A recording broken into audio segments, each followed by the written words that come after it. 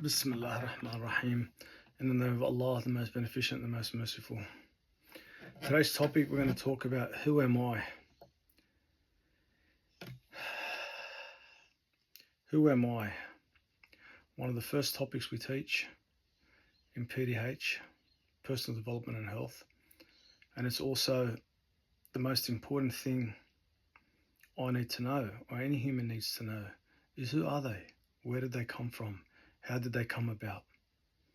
First of all, I guess, keep it simple. Just keep it simple. First of all, I'm human. I'm a human being who God has created me with intellect, which separates me from the animals and the beasts. And also what separates me from the angels is the fact that I have choice. God has blessed us with free will, free choice, and also reproduction. So therefore I must ask myself, who am I? Where did I come from?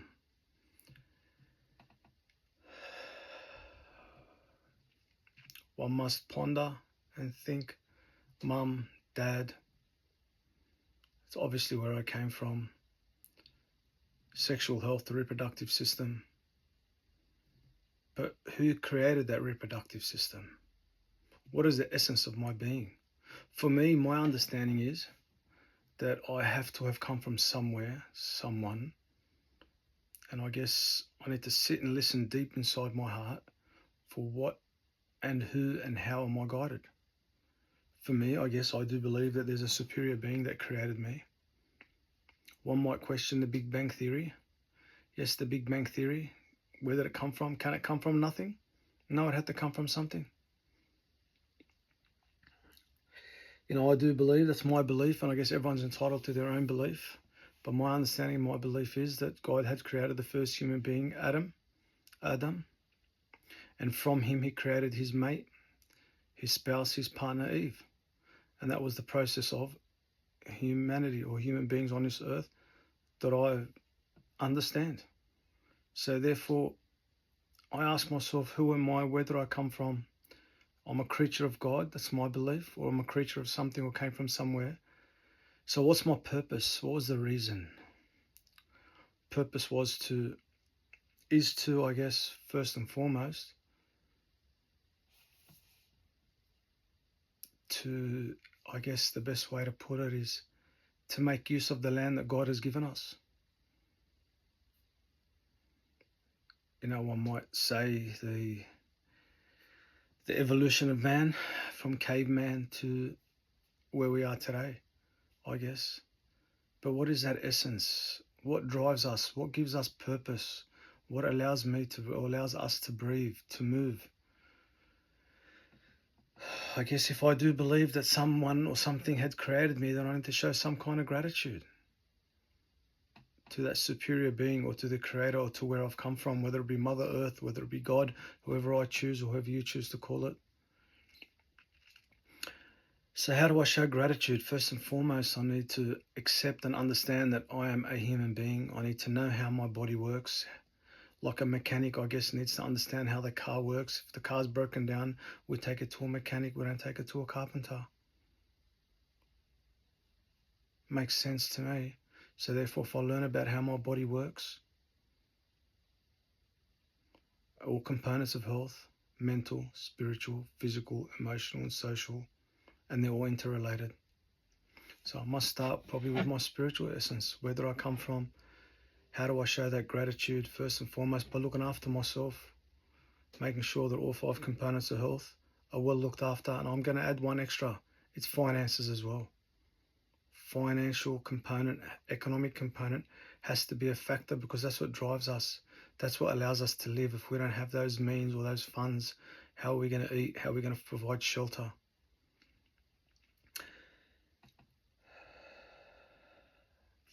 So I guess that's my understanding, and one might ponder based on your own research. I've done a little bit of research of what I've done, and I choose to accept that yes, I came from a power greater than myself, and that is who I choose to call God. He has provided me with this earth for me to see what I can do on it. And he's also blessed me with bounties that no man or human or anyone can take away.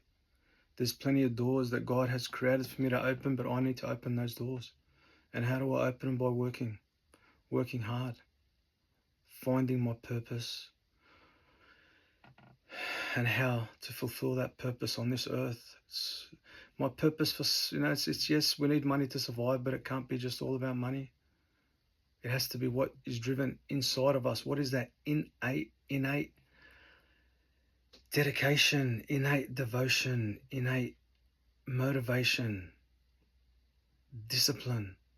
What is it that drives us? What is it that drives me? We need to all find that drive.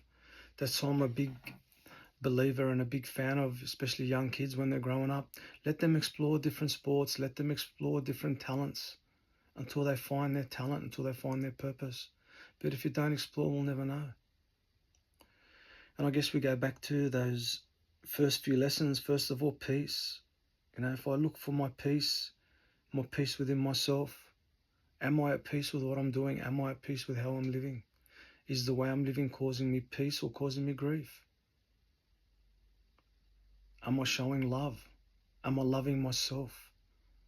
I need to learn to love myself. It means look after myself and take care of myself and do the things necessary that need to be done right now. Not what needs to be done tomorrow or what happened yesterday. What happened in the past is a mystery. What happened in the past is history, and what happens tomorrow is a mystery. The only guarantee that I have, the only guarantee we have is right now. And that's why when we give someone a gift on their birthday or on Eid or on a special occasion, we call it a present, because there's nothing better than the present. There's nothing better than what we have right now. So if I do the next right thing, then that means I'm looking after myself, pleasing my God, pleasing my parents, making sure my future's looked after, and making sure my past is making me and developing me into the person that I am today, whether it be experience, whether it be through trauma, whether it be through success. It all molds us and makes us. We can either let it work for us or work against us. We can't change the past, but we can change the future in the decisions that we make. Yes, some doors we're going to knock on are not going to open, but they're not for us. We need to have that faith, that belief that whatever's been predestined for me, if I do my part, I shall receive it. But if it's not for me, it's not going to happen, no matter what I do. There's no need to stress. There's a beautiful Arabic saying, an Islamic saying that says, "La tukrahu shay'an khayrun lakum," which means if something negative happens, don't despair, because it's probably not for you. So yes, there's going to be disappointments. Yes, there's going to be failures. But how do we know the difference between a failure that's making us become better and more disciplined at what we're doing, or a failure, for example, that's, well, maybe that's not for me. That door that said no, or that person or that thing or that job or that career or that sport that said no, maybe it's not right now, or maybe it's no. Maybe I've got to find something else. There's this in PDHPE, we say that it takes an athlete 10,000 hours to master a sport. So if we bring that into our lives, whatever we're doing, whatever we're trying to be better at, we need to put the hours in. Approximately 10,000 hours can take 10 years, or it depends how hard we work. Could take 6, could take 12, but we've got to put those hours and that time and that discipline, and we've got to seek assistance and help and support and guidance from the people that are qualified in that area or in that field. If I want to learn to build a house, I don't go speak to a mechanic. I'll speak to a carpenter or a bricklayer or a builder. If I've got an issue with my car's broken down, I need to see a mechanic. But if it's a panel issue, if it's a panel problem, then I need to see a panel beater or a spray painter. And it's that wisdom of knowing what and which direction I need to go in. So we need to find people that we can trust, that are going to guide us. And we need to learn to trust. First of all, we need to learn to trust ourselves, our gut instinct, if we're on the right path. We need to trust our God that He's going to look after us no matter what. And we need to hopefully trust our parents that they got our best interests at heart. And trust some certain adults that we know that got our best interests at heart. And that mean well for us, that are experienced, that are qualified. Not someone who's going to be a naysayer and tell you, no, that's not going to happen. No, that's not for you. No, you can't do it.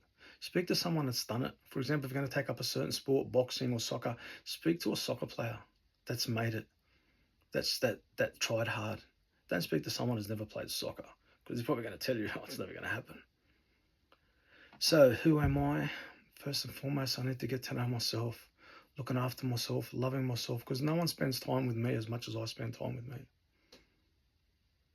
And if I find that link, that connection between me and my high power, between me and my creator, he will allow me to get to know me through getting to know him, because he is all loving, he is all powerful, he is all merciful, he is all kind, he is generous, he is the all hearing, the all knowing, the all seeing. I just got to trust and work on that relationship with him.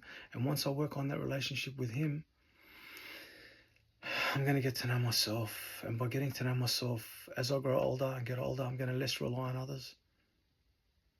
Thank you very much, and God bless. Hope you have a lovely day.